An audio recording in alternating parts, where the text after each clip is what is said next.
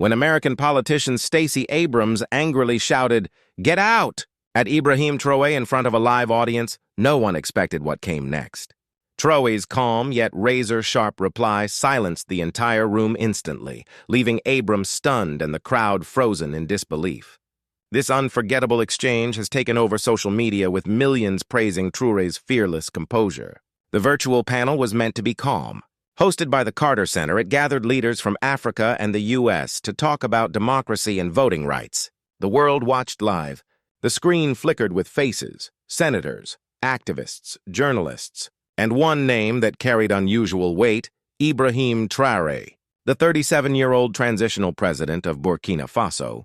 For much of the evening, voices clashed politely. That changed when Traore spoke. His tone was steady but piercing. Democracy cannot be exported through money and manipulation. USAID is planting seeds of division in Africa, not freedom. The words landed like thunder, and then came the storm. Stacey Abrams, frustrated and red-faced, slammed her hand on the desk and shouted, "Get out! Get out right now!" Gasps filled the live stream chat. Viewers at home froze. Reporters leaned closer to their screens. Never had an American politician so publicly lost control. But Traore did not flinch. He blinked slowly, raised his chin, and replied with calm fire, "Madame, I got out of your empire's chains long ago. Now it is your turn to exit Africa's future." The silence that followed was like a punch to the chest. For 5 long seconds, no one dared to breathe. Stacey Abrams' eyes widened, her mouth open but speechless. The moderator looked helpless. The audience in Atlanta gathered in the Carter Center hall sat frozen in disbelief. Online, thousands of comments flooded the live chat. Did he just say that? Chills, respect. It wasn't just what Traore said. It was how he said it. His voice was calm, steady, almost fatherly. There was no hatred, no insult, only truth spoken without fear. The contrast between Abrams' furious outburst and his quiet strength was unbearable to watch. In Burkina Faso's capital, Ouagadougou, people watched the stream from cafes, offices, and homes. Some clapped at their screens. Others sat with tears in their eyes. They were used to seeing African leaders bow or remain silent. But here was their young president standing tall in front of the world. The silence finally broke when the moderator stammered, let's continue." But nothing felt the same. The entire panel shifted. Everyone knew the highlight had already happened. The replay clip was already racing across Twitter and TikTok, exploding with millions of views. Something inside the room had changed forever. Within hours, the clip of the exchange spread like wildfire. On TikTok, users replayed Traore's words with dramatic music. On Twitter, hashtags like Kachu Traore Clapback and I Africa Speaks trended worldwide. Some praised him as a hero.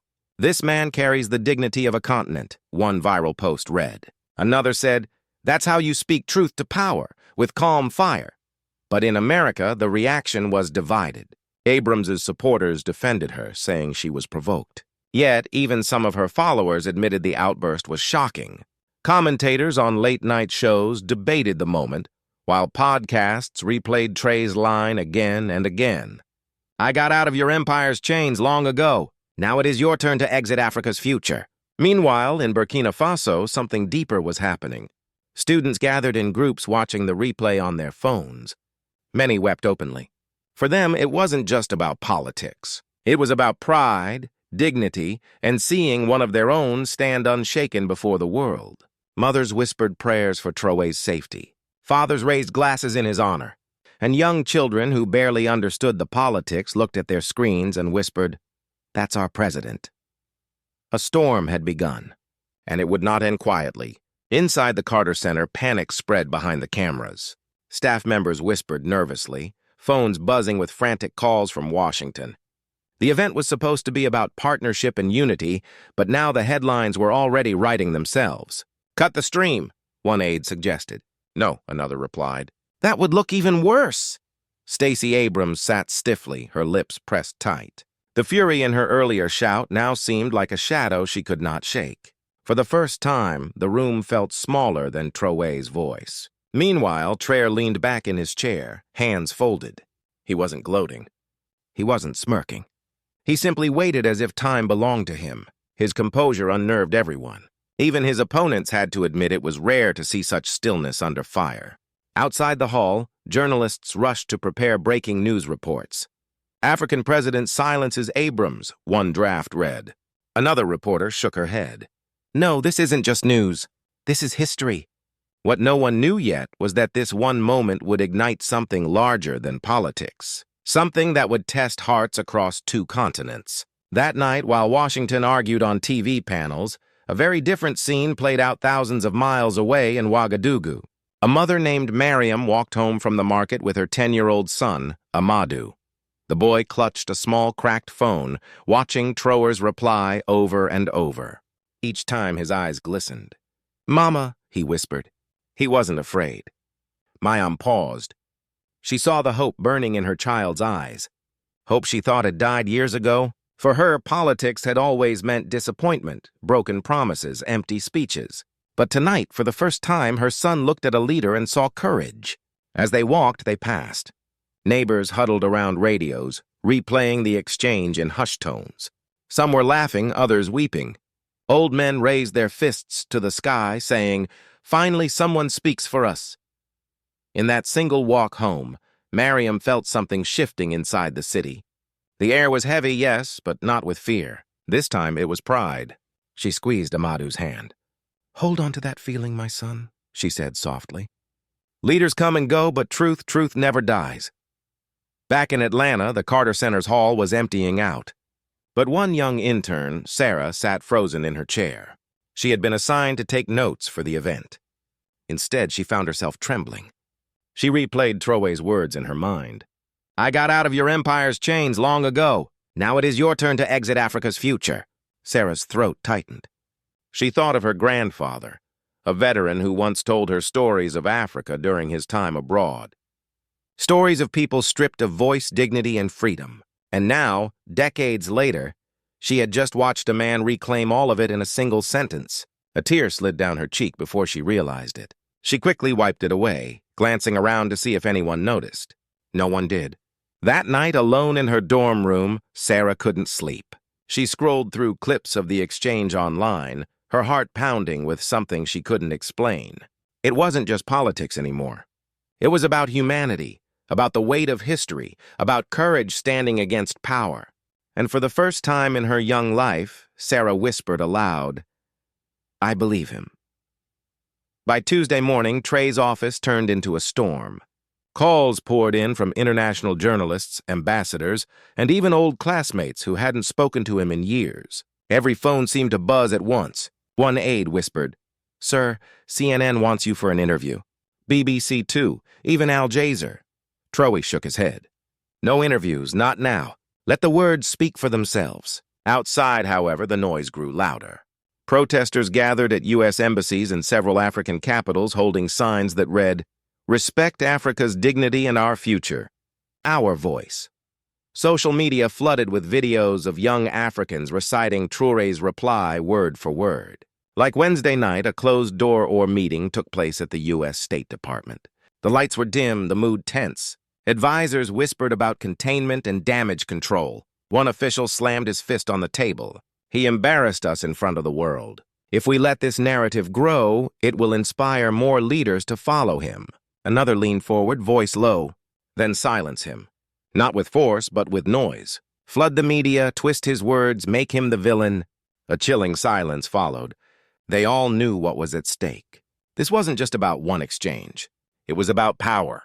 If Traore's words spread unchecked, the foundation of their influence in Africa would begin to crack across the ocean.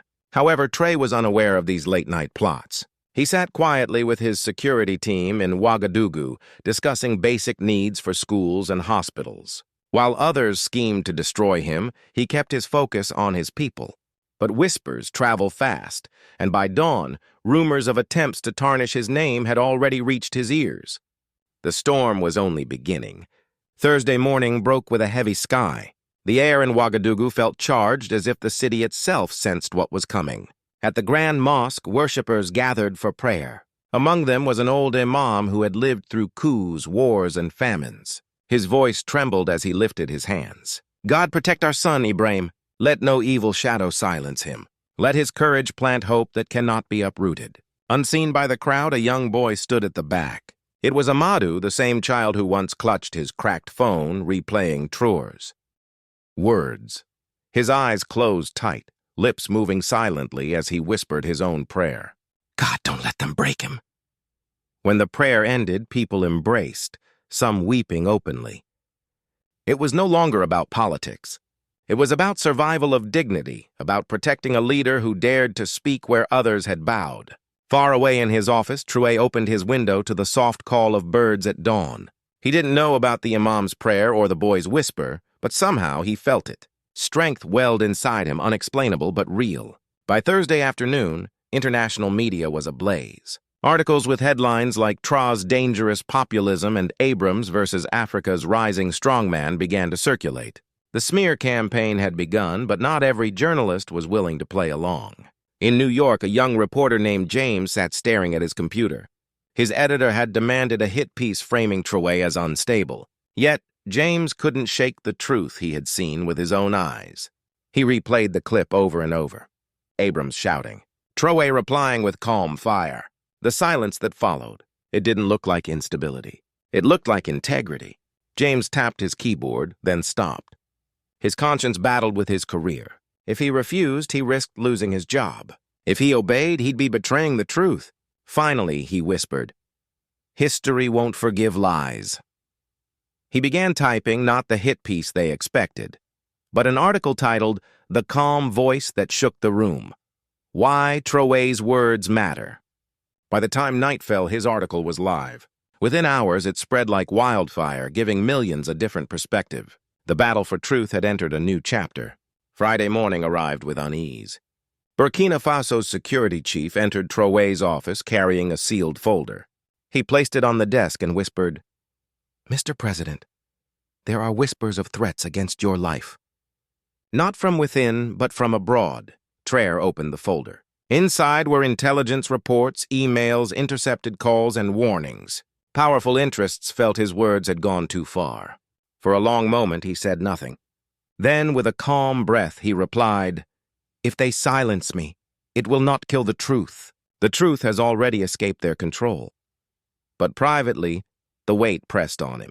He thought of his mother, who had already cried for his safety. He thought of the children singing his words in schools. And most of all, he thought of the future of Burkina Faso. He knew this was no longer just about him. It was about the soul of a continent. That evening, extra guards stood outside the presidential residence. Neighbors whispered of danger. But inside, Traore sat alone, staring at the flickering candle on his desk. In its flame, he saw both life and death, and he prayed silently for strength. As night fell on Friday, something extraordinary happened. Without any government announcement, ordinary citizens in Ouagadougou began gathering in public squares with candles. Word had spread on social media, let's pray for our president. Within hours, thousands filled the streets, their small lights flickering against the darkness. Old women hummed hymns, young men chanted softly. Children held candles taller than their hands. One young girl, barely 12, stood before the crowd and shouted, He spoke for us. We must stand for him. Her voice cracked, but the crowd roared in reply. When Traore's aides told him of the vigil, he stepped to his window and looked out. From the distance, he could see faint lights glowing across the city like stars fallen to earth. His chest tightened. He whispered, They are my shield. Not guns, not armies, these people. And in that moment, tears streamed down his face. Not of fear, but of love. For a leader can command obedience, but only a rare leader inspires people to guard him with their prayers and tears. The candles kept burning deep into the night, their glow carrying a message more powerful than any speech. On Saturday morning, a letter arrived at the presidential office delivered by a teacher from a rural school. It was written in shaky handwriting by a boy named Karim, only 11 years old. The letter read, President Traore, my father died last year. He always told me never to be afraid of the truth. When I saw you on TV, I thought of him. You reminded me of my father's voice. Please don't stop speaking. If they hurt you, I will cry forever. But if you keep standing, I will be strong like you. Traore held the paper with trembling hands.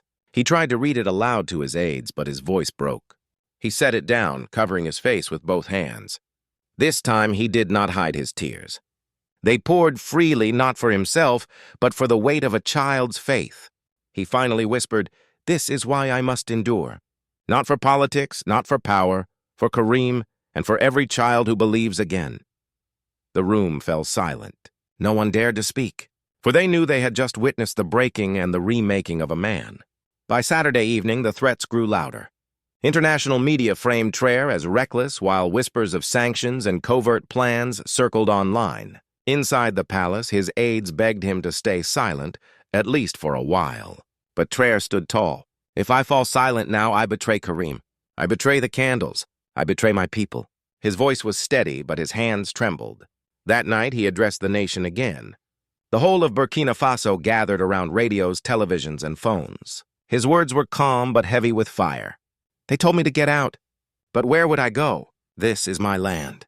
These are my people. And if defending their dignity means standing alone against the powerful, then I will stand until my last breath." Mothers wept. Fathers clenched their fists.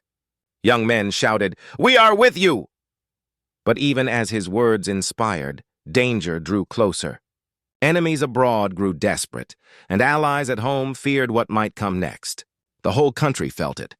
Something historic was about to happen. Sunday arrived, heavy with silence. Rumors spread. Would Traore survive the week? Would foreign hands move against him? At dawn, church bells rang. Mosques called to prayer and markets stayed closed. The people prayed as one.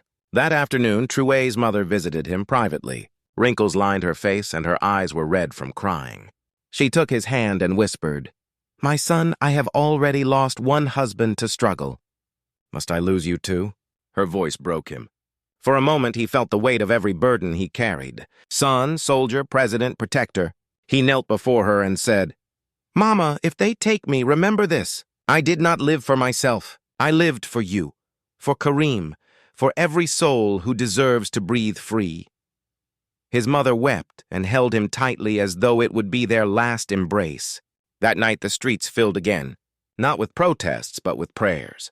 The people of Burkina Faso held their breath, unsure if their leader would survive the storm of power pressing in from beyond their borders. And yet, in their silence, one thing grew stronger than fear: hope.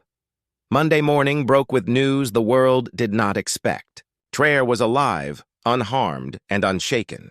The foreign threats collapsed under the weight of global outrage. Millions of voices online from Africa to Asia to South America had risen in his defense.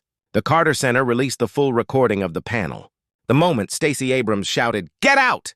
and Traore replied with his unforgettable words spread like wildfire across every screen. "Madam, I got out of your empire's chains long ago. Now it's your turn to exit Africa's future." Crowds erupted in joy. Children sang his words in classrooms. Mothers danced in the streets. Even elders who had seen decades of broken promises said through tears, "This one is different. He belongs to the people." That evening, Traore stepped onto a balcony and saw an ocean of faces below. Tens of thousands waited, candles in hand, tears in their eyes. He raised Kareem's letter in the air and shouted, "This is why I will never leave you. Not today, not tomorrow, not ever." The crowd roared, voices shaking the earth. And for the first time in decades, hope felt real. My dear viewers, if this story touched your heart, if it made you cry, or if it made you believe in truth and courage again, then don't just watch silently. Smash the like button, hit subscribe, and most importantly, drop a comment. Tell me how this story moved you, because your voice matters here. Together, we keep the flame alive.